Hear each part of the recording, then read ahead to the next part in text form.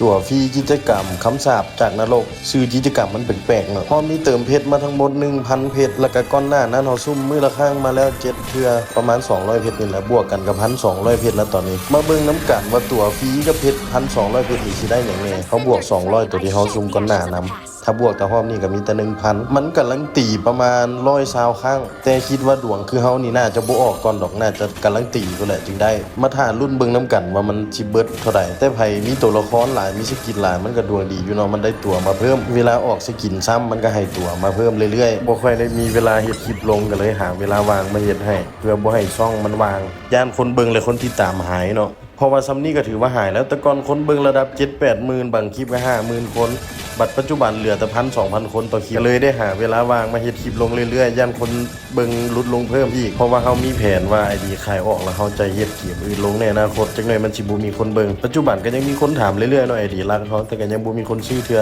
ปัจจุบันสกินก็เพิ่มมาเกือบ10สกินแล้วตอนโพสต์ลง765สกินปัจจุบัน771สกินตู้ตัวนี้ก็ว่าจะเอาอยู่ตู้ตัวนี้ก็ซุ่มมื้อละครั้งไปคือกันเพื่อประหยัดงบเพราะว่าเฮาบ่ได้ทุ่มสุดโตคือแต่ก่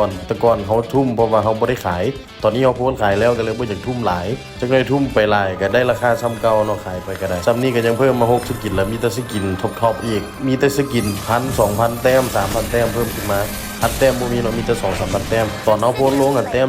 440,000 ปลายปัจจุบันแต้ม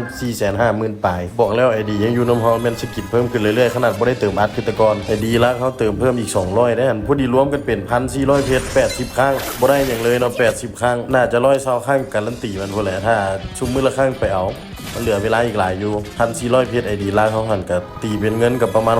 616,000 เติมพันกูดาซอบถ้าเติมพันท่านนอกก็อาจจะประมาณ 400,000 ปลายถ้าเติมพันกูดาซอบก็ 616,000 1,400 เพชรที่จริงบ่ได้เติมบัดเดียวเติม200เพชรก่อนหน้าซุมมื้อละครั้งแล้วก็เติม 1,000 เพชรรอบแรกรอบที่2ก็เติม200เพชรก็รวมกันเป็น 1,400 เพชรปลายตัวนี้ก็มาต่อกันกับ ID สำรองเฮาตัวนี้เป็น ID สำรองตัวน้อยสุดที่ยังเหลืออยู่แหละส่วน ID สำรอง ID กลางก็ขายไปแล้วตามที่ทุกคนฮู้แหละย่านคนที่เข้ามาเบิ่งบางคลิปก็เจ้าบ่ฮู้บางคนก็ยังถามอยู่ว่า ID สำรองอีกตัวนึงมันไปใส่ตัวนั้นมันขายไปโดนแล้ว6ล้านกีบตัวน้อยนี่คันขายมันก็ขายได้โดนแล้วตั้งเปลี่ยนใจมาบ่ขายซื่อๆมันก็เลยยังนี่อธิบายไปหลายคลิปแล้วจนในคนรำคาญไปชอบฟังคลิปเก่าเฮาเอาเพชรมาซุ่มตัวนี้ก่อนตัวน้อย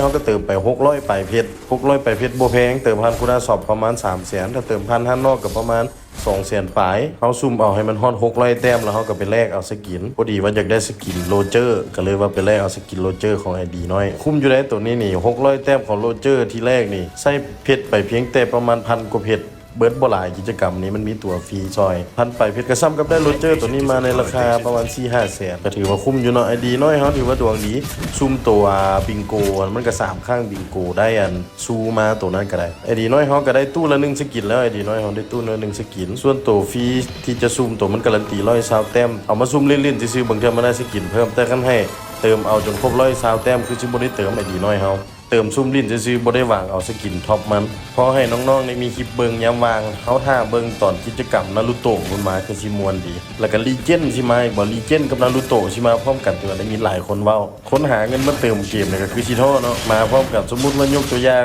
ลีเจนด์กับตัว 12,000 เพชรแล้วก็สกินนารูโตะอีกตัวละประมาณ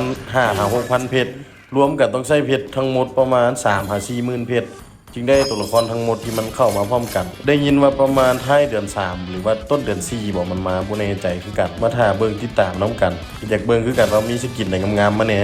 แล้วก็ได้ยินคนว่ามันมีขายในห้ามค่าน้ำ2สกินตัวนารูโตะแล้วก็อยู่ในตู้ซุ่มมันอีก4สกินที่บอกได้ยินเขาจะว่าบ่แน่ใจคือกันบ่กล้าฟันธงอย่าลืมไปติดตามทั้ง3เพจของเขาแน่เด้อมีเพจสำหรับคอมพิวเตอร์เพจสำหรับลงเกมแล้วก็เพจสำหรับขายเครื่องใช้ทั่วไปเพจเกมเป็นมิเตอร์บอสเกมเมอร์ส่วนเพจคอมเป็นมิเตอร์บอสจำหน่ายคอมพิวเตอร์ส่วนเพจที่ขายเครื่องใช้ทั่วไปหรือว่าขายเกมสำหรับเด็กน้อยหรือว่าลำโพงสำหรับเด็กน้อยแล้วก็ขายขนมไม้สแน็คของ My Midnight นำแม่นเพจ BSPJ Shop ขายทุกอย่างตัวนี้จะเป็นเพจของเมียเขาเองสามารถไปสั่งซื้อสินค้าต่างๆได้ทั้ง2เพจเลย